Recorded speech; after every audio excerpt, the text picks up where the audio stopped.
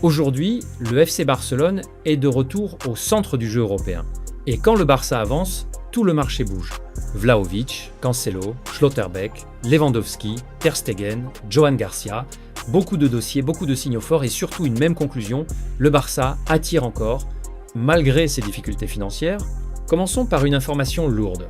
Le FC Barcelone est en tête de la course pour recruter Dusan Vlahovic devant le Bayern Munich et l'AC Milan, et ça c'est pas anodin.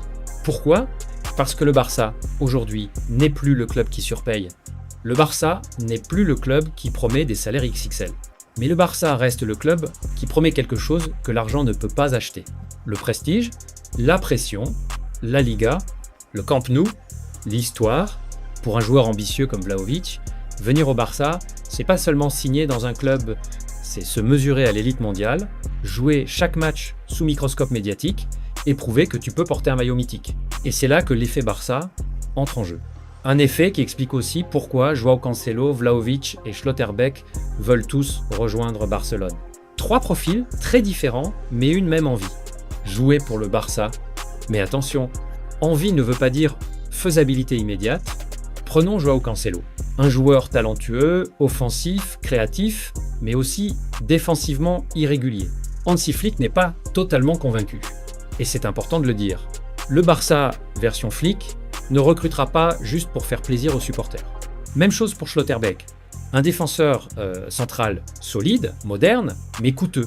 Le Barça doit arbitrer, renforcer la défense, préparer l'après Araujo ou investir ailleurs.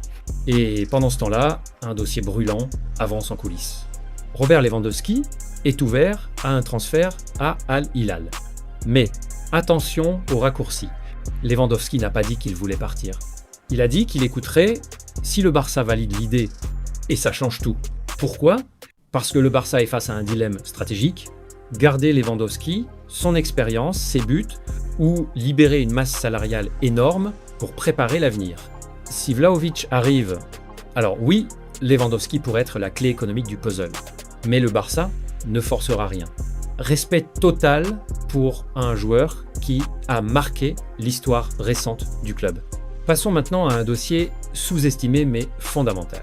Johan Garcia, le gardien met une pression énorme sur Luis de la Fuente.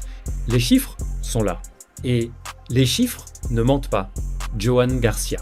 9 buts encaissés en 13 matchs, ratio 2-0, 69 buts par match. Unai Simon, 25 buts encaissés en 19 matchs, ratio de 1, 32. Et pourtant, Unai Simon reste intouchable en sélection. Alors oui, Johan Garcia a manqué 6 matchs à cause d'une blessure au genou. Oui, il sort d'une opération. Mais sportivement, aujourd'hui, il mérite le débat. Ce n'est pas une question de favoritisme, c'est une question de performance. Et ce qui fait encore plus mal à l'Espagnol, c'est cette déclaration glaçante. Si nous avions su cela, nous aurions augmenté la clause. Traduction, l'Espagnol a perdu un joyau pour presque rien. Et le Barça a encore gagné un coup stratégique. Enfin, parlons du dossier Ter Stegen-Gérone. Oui, Gérone rêve d'un prêt. Oui, Ter Stegen souhaite rester au Barça. Mais il n'exclut rien. Le vrai problème, le salaire.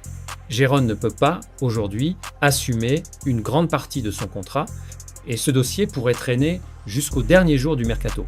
Conclusion, le FC Barcelone est à un tournant majeur. Des stars qui veulent venir, des cadres qui pourraient partir, des jeunes qui frappent à la porte, des décisions économiques cruciales, le Barça ne peut plus se tromper. Chaque mouvement compte, chaque signature doit avoir un sens sportif, financier, mais une chose est sûre, le Barça n'est jamais un club comme les autres. Et le marché des transferts le prouve encore une fois. Dis-moi en commentaire, Vlahovic au Barça, tu dis oui ou non. Lewandowski doit-il partir maintenant ou rester ?